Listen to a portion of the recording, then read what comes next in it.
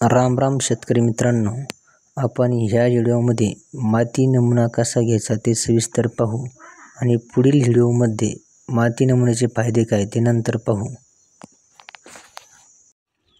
राम राम शेतकरी मित्रांनो, मी अनिल शिवाजी समृद्ध BSc ॲग्री, आपल्या शेतकऱ्यांचा मित्र.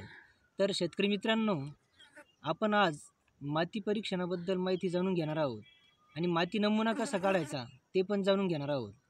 तर माती नमुना काढत असताना तो कसा काढायचा ते सविस्तर आपण माहिती घेऊ. पण माती नमुना नेमकं कशासाठी काढायचा ते आपण पहिल्यांदा जाणून घेऊ.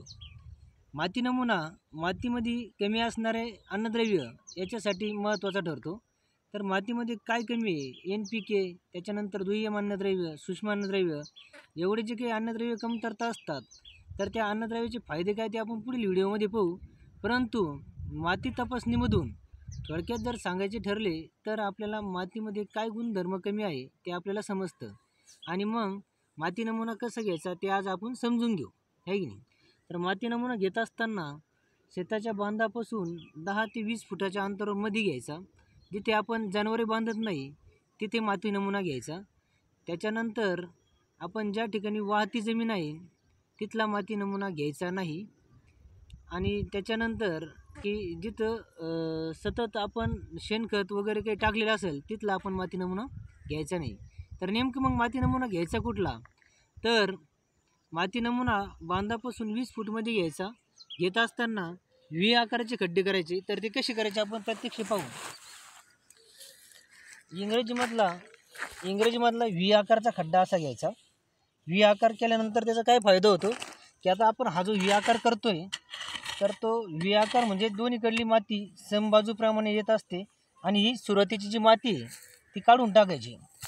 का काढायची, तर आपल्याला सर्वसामान्य अद्रक पीक असेल, कपाशी पीक असेल, हे 9 इंचाच्या पुढं मुळी जातात आणि ते आपल्याला सामान्यपणे आपल्याला नमुना घेताना 9 ते 10 इंच खोलीपर्यंत घेता आला पाहिजे.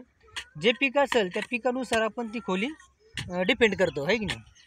तर त्यामध्ये लाकडाच्या साहाय्यानेच आपण का खोदत आहोत, कारण की जर आपण एखादं लोखंड जर याच्या जागेवर खोदण्यासाठी घेतलं तर आपल्याला जमिनीमध्ये लोहाची किती कमतरता आहे ते दिसून येणार नाही. म्हणून आपण खोदण्यासाठी लाकूड वापरतो. त्याला जास्त काही साधनं लागत नाही. लाकूड, एक पिशवी आणि एक गोणपट याच्यासाठी की जे आपण 4 प्रकारचे 4 नमुने घेणार आहोत, 4 कोपऱ्याचे किंवा 4 ठिकाणचे. तर 4ही ठिकाणचे नमुने आपण ते कसे एकत्र करणार आहोत ते बघणार आहोत. तर इथला नमुना घेताना आपण असा V आकारचा गड्डा केला, वरील माती काढून टाकली, काढून टाकली आणि साधारण 6 इंचाच्या पुढे खड्डा करून आपण तो नमुना घेतला. अशा प्रकारे आपण 1 एकरची 4 ठिकाणून माती आणलेली आहे. तर ही माती एकत्र करून घ्यायची.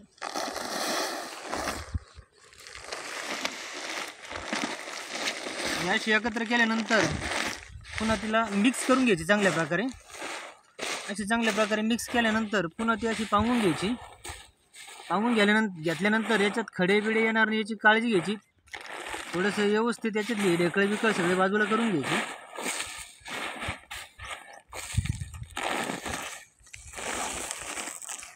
आता ही सगळी व्यवस्थित एका ठिकाणी झालेली आहे आणि याच्यात थोडंसं काडी कचरा असेल, ढेकळा असेल, ते सगळे बाजूला केलेले आहे आपण. व्यवस्थित ती झालेली आहे. तर याच्यामध्ये पुन्हा काय करायचं की सगळं व्यवस्थित व्हावा किंवा त्याची जो नमुना आहे तो चांगल्या प्रकारे आपल्याला मिळावा यासाठी आपण पुन्हा असे 4 भाग करायचे.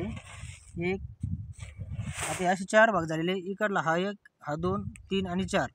आता ह्या विरुद्ध बाजूचे भाग आहे तर ते दोन्ही आपल्याला मिक्स करायचे आणि हे 2 भाग काढून टाकायचे. आता हे दोन्ही आपण मिक्स केले, विरुद्ध बाजूचे हे मिक्स केले आणि हे 2 भाग आपण काढून टाकले. कारण खूप काही माती नेऊन तिथं काही उपयोग नाही. थोडीशी जरी माती नेली आपण तरी त्या सॅम्पलसाठी ती भरपूर होती. आणि याच्यातून आपल्याला पुन्हा एकदा सगळं मिक्स करून याच्यातून सुद्धा 250 ग्रॅमचा आपल्याला नमुना काढायचा आहे. जास्त काही नमुना घेण्याची गरज नाही. तर अशा प्रकारे मित्रांनो आपण 1 एकरचा नमुना काढून शक्यतो कापडी पिशवी वापरली तर चांगलंच आहे. तर कापडी पिशवी वापरून त्याच्यामध्ये 250 ग्रॅमचा नमुना आपण याच्यात घेतला, सगळे मिक्स करून व्यवस्थित केली. तर त्याच्यामध्ये आपलं स्वतःचं नाव कापडी पिशवीवर टाकायचं आहे आणि आपला मोबाईल नंबर, गाव, गट नंबर सर्व काही याच्यावर टाकायचं आहे. आणि अधिक माहितीसाठी माझा नंबर आहे 95 95 22 91 83. धन्यवाद शेतकरी मित्रांनो.